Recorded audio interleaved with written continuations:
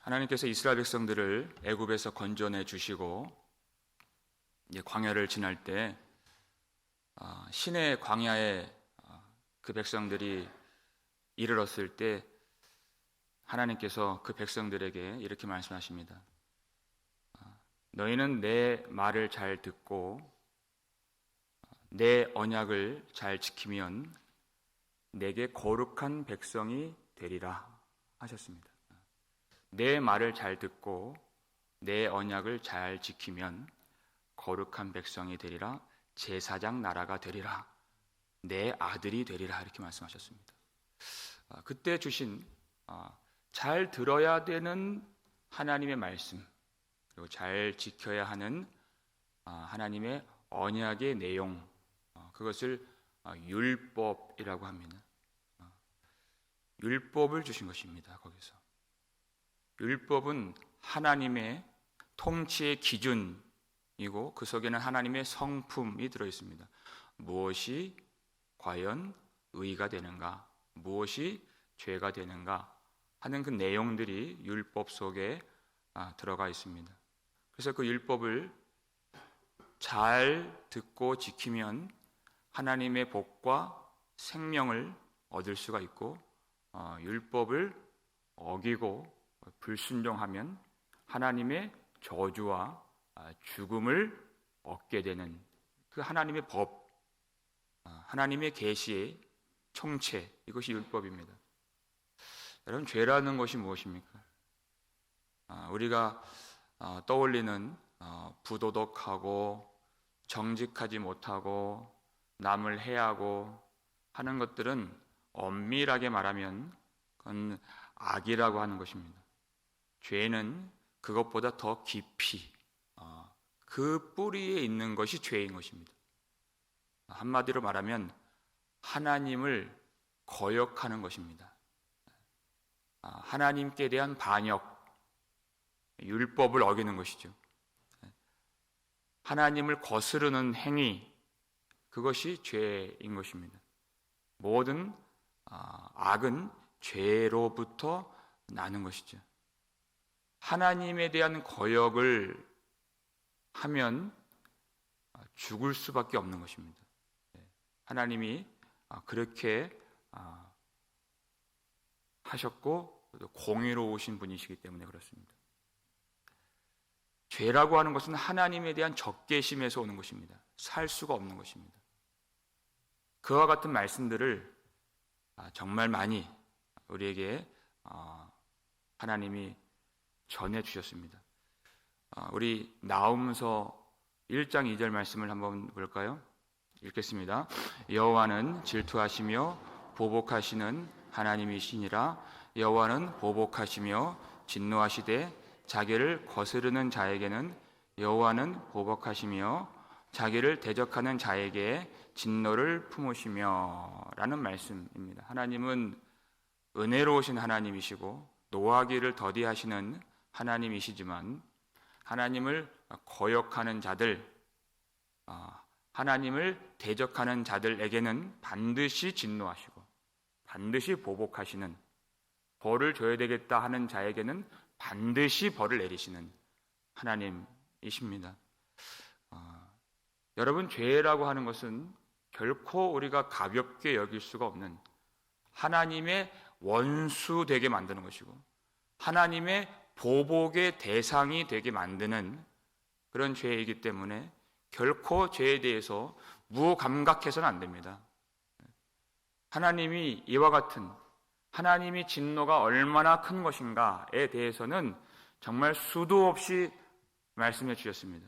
우리 말라기 4장 1절 말씀 보겠습니다. 읽겠습니다. 만군의 여호와가 이르노라. 보라, 용광로 불같은 날이 이르리니 교만한 자와 악을 행하는 자는 다 지푸라기 같을 것이라. 그 이르는 날에 그들을 살라 그 뿌리와 가지를 남기지 아니할 것이로되. 아멘.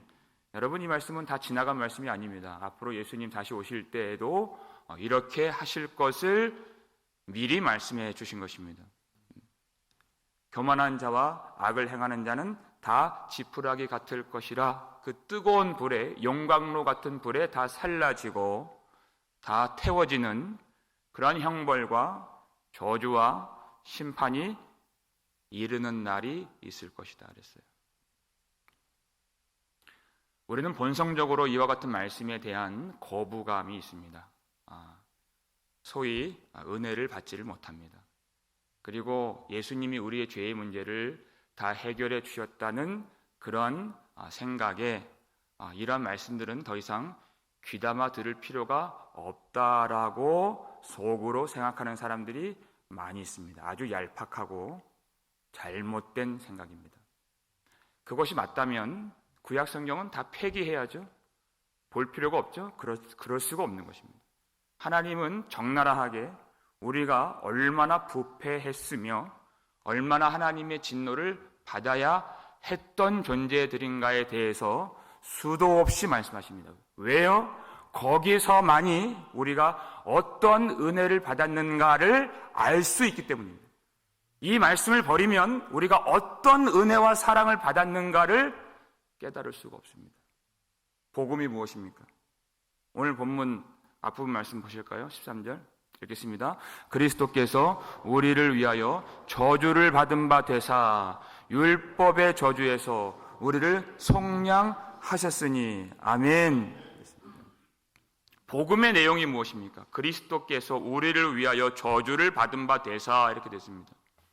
하나님이 언약의 말씀을 주시고 율법을 주셨는데 역사를 보니까, 그리고 우리의 삶의 내용을 보니까 우리 속에는 이스라엘 백성들이 그러했듯이 율법을 순종할 수 있는 능력이 없다는 것이 다 드러난 역사요 우리의 인생이었습니다.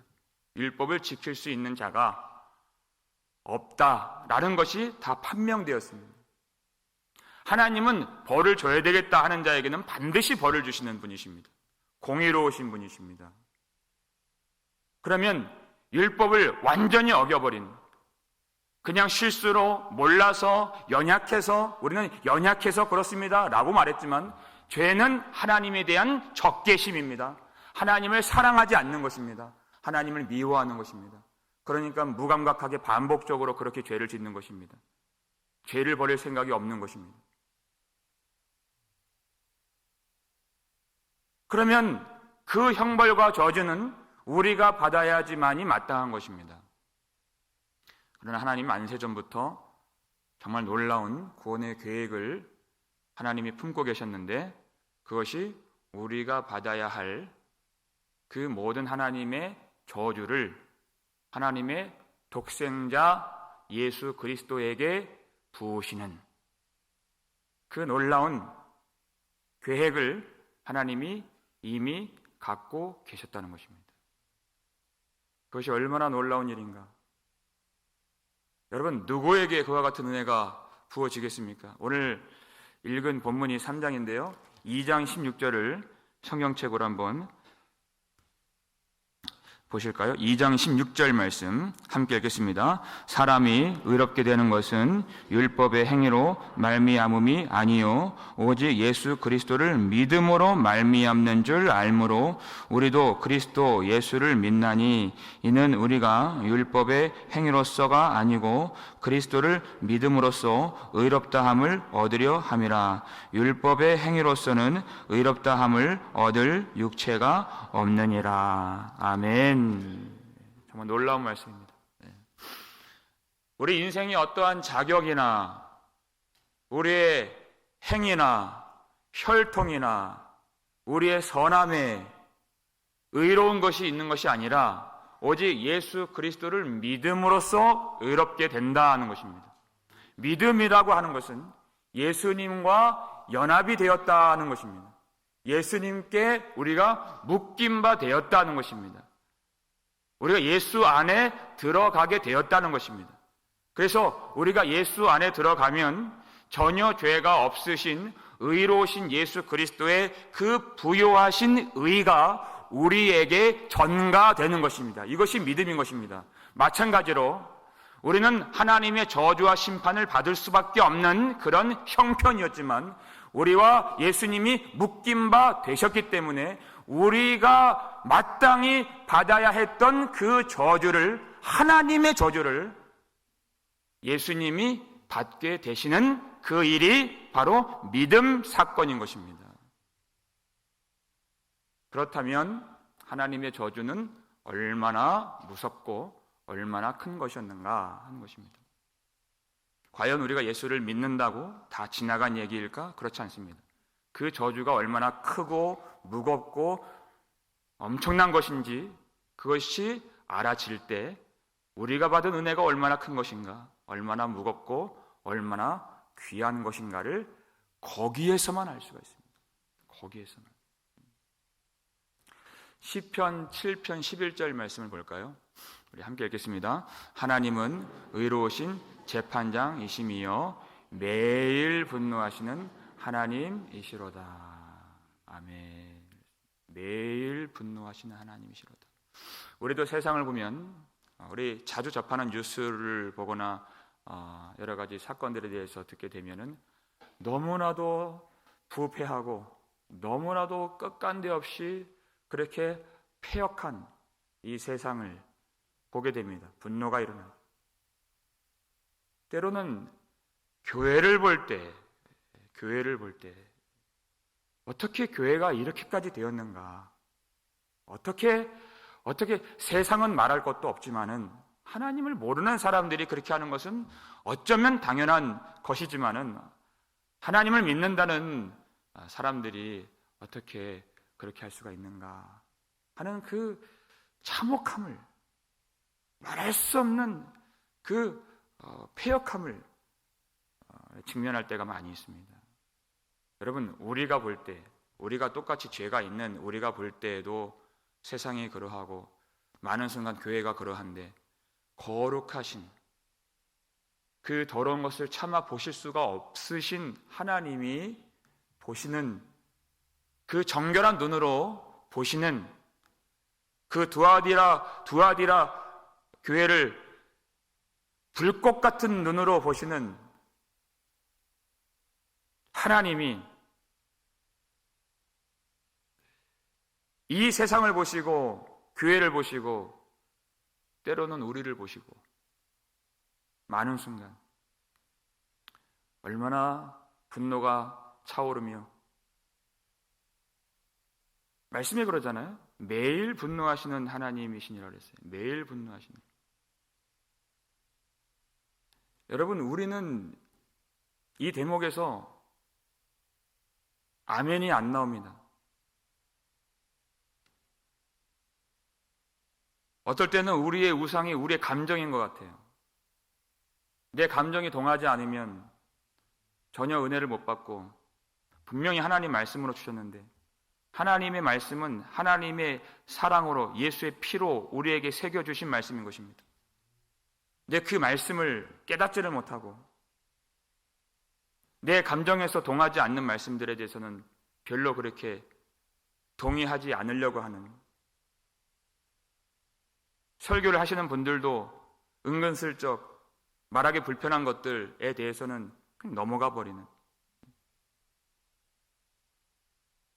그러나 하나님이 이와 같은 말씀을 주실 때에는 하나님의 뜻이 있는 것이고, 우리가 은혜를 받을 수 있는 이 지점은 바로 하나님의 진노가 얼마나 크신가를 깨달을 때 알 수 있는 것이기 때문에 그 모든 진노를 예수 그리스도에게 부으셨다는 사실인 것입니다. 복음을 알면 이와 같은 구약의 내용들이 전혀 다르게 보이고 얼마나 크신 하나님의 은혜가 담겨있는 말씀인지 모를 정도로 그와 같은 하나님의 깨달음을, 은혜를 그 말씀 속에서 부어주신다는 것입니다. 노아 시대의 그 많은 물의 심판을 오직 독생하신 아들 예수 그리스도에게 부어주셨고, 소돔 땅에 비같이 내렸던 불과 유황을 그 사랑하시는 아들 예수 그리스도에게 부어주셨다는 것입니다. 예수님이 어떻게 죽임을 당하셨습니까? 나무에 달려서 십자가에서 죽임을 당하셨습니다. 신명기 21장 23절 보니까 나무에 달린 자마다 하나님께 저주를 받았음이니라 이렇게 됐습니다. 그러니까 이 율법을 잘 알고 있는, 하나님을 섬긴다고 하는 율법을 알고 있는 사람들이, 대제사장들이 그렇게 예수님을 십자가에 못 박아 죽이려고 노력을 했던 것입니다. 어떻게 해서든 십자가에 죽이려고. 왜 그렇게 했습니까? 예수님에 대한 마음들을 다 끊어버리게 만들려고, 하나님의 저주를 받은 자로 낙인을 찍어서 그 추종자들로 하여금 예수님이 죽고 나서도 전혀 예수님을 따르지 못하고 침을 뱉고 돌아서게 만들려고, 하나님의 저주받은 자로 낙인을 찍으려고 빌라도에게 가서 십자가에 못 박으셔서 사람들을 선동했던 것입니다. 사도 바울도 왜 교회를 핍박했습니까? 그렇게 하나님을 잘 섬긴다고 하는 바울도 한동안 예수님이 하나님의 저주를 받아 죽은 줄 알았기 때문에 예수를 믿는 사람들을 잡아다 죽이고 옥에 가뒀던 것입니다. 그런데 다메섹 도상에서 부활하신 예수님을 만납니다. 살아계신 예수님을 만납니다. 예수님이 죽으신 것이, 장사 되신 바 되셨다는 것은 확실히 죽으셨다는 것인데, 예수님이 죽으신 것이 확실한데 지금 살아계신 예수님의 빛을 보고 있습니다. 사도 바울은 말씀을 잘 알고 있는 사람이에요. 예수님이 살아나셨다는 것은 예수님에게는 결코 죄가 없는, 예수님이 의로운 분이심을 입증하는 일이라는 것을 그가 깨달았습니다. 예수님에게는 죄가 없구나. 그것이 부활이 말해주고 있는 것입니다. 하나님은 의로운 자를 영원히 죽지 아니하게 하시는 거룩하신 하나님이시기 때문에 예수님에게는 죄가 없다는 것을 그 다메섹 도상에서 깨달았어요. 그는 깊은 고민 속에 빠져들어가게 되었습니다. 그렇다면 예수님은 왜 죽으셨는가? 예수님은 왜 그렇게 비참한 나무에서 죽임을 당하는 그 일을 당하셨는가? 무엇 때문인가? 누구 때문인가? 그런 말씀을 잘 알고 있는 사람이에요. 그가 찔림은 우리의 허물 때문이요, 그가 상함은 우리의 죄악 때문이라는 놀라운 복음을 그가 깨닫게 된 것입니다. 자기는 의로운 줄 알았습니다, 이제까지. 그래서 예수 믿는, 하나님의 저주를 받는 자를 쫓아가는 사람들을 잡아다 놓는 것이 의로운 일인 줄 알았습니다. 예수를 알기 전까지, 부활하신 예수님 만나기 전까지는 하나님의 저주를 받은 예수님을 미워했습니다. 자기가 계속해서 반복적으로 죄를 짓는 줄도 모르고 그렇게 살았습니다. 근데 부활하신 주님을 만나고 복음을 깨닫고 나서는 자기 생명보다 예수님을 더 사랑하게 된 것입니다. 여러분, 예수님께는 하나님의 저주가 어떤 것이었을까요? 우리는 죄가 있는 사람들이기 때문에 저주를 받아도 할 말이 없는 사람이에요. 우리는 예수님이 하나님의 저주를 받으셨다는 그 내용을 이해할 수가 없는 사람들인 것입니다. 한마디로 말하면 죄가 있는 사람들이기 때문에. 사람의 저주가 아닙니다. 하나님의 저주예요. 사람 하나가 작정하고 저주하려고 하면 그것도 견딜 수가 없는데 하나님의 저주예요. 예수님은 하나님의 사랑받는 독생하신 아들입니다. 아버지와 아들은 하나라고 할 정도의 그런 독생하신 아들입니다. 하나님의 품속에 있었던, 영원하신 하나님의 품속에 있었던 하나님의 아들이십니다. 그런데 예수님이 고난을 당하실 때 물론 그 채찍에 맞는 일 너무나도 고통스럽죠. 물론 십자가에 못 박히시는 일 너무나도 고통스럽죠. 그것과도 비교가 안 되는 일이 무엇입니까? 나의 하나님 어찌하여 나를 버리셨나이까 인 것입니다. 영원한 사랑을 아버지와 아들이 성부와 성자가 누리고 계셨는데 그 십자가 위에 달리신 예수님을 성부 하나님께서 어떻게 보셨다는 거예요?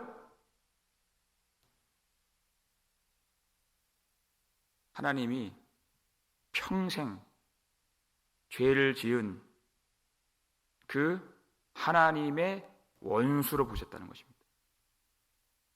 모든 인류, 우리 모든 죄를 짊어진 그 죄 덩어리로 하나님의 반역자로 하나님 나라를 찬탈하는 강도로 하나님이 예수를 보셨다는 것입니다. 주님은 그것을 아시기 때문에 당신의 사명이 무엇인지를 아시기 때문에 내 아버지여 할만하시거든 이 잔을 내게서 지나가게 하옵소서라고 하셨던 것입니다. 우리는 그 두려움과 그 참혹함이 우리는 알지를 못합니다. 그는 성부와 성자의 그 관계를 온전히 알지 못하기 때문에 하나님이 버리신다는 그 사실을 우리는 온전히 알 수 없는 사람들인 것입니다. 아버지께 버림을 당한다는 것이 무엇인가? 하나님의 저주가 무엇인가?